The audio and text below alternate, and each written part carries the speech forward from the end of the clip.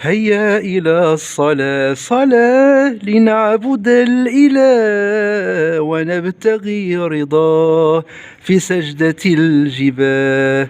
الله أوجب خمسا أصليها ما كنت أنساها دوما أؤديها. صلاتنا تنهى عن فعلة الشر والله يهدينا فيها إلى الخير.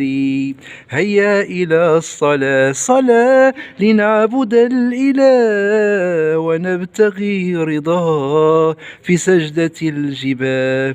هدية الرحمن علامة الإيمان سعادة الإنسان ليفوز بالغفران. هيا إلى الصلاة صلاة لنعبد الإله ونبتغي رضاه في سجدة الجباه.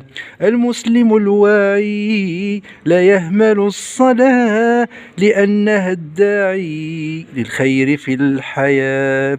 هيا إلى الصلاة صلاة لنعبد الإله ونبتغي رضاه في سجدة الجباه.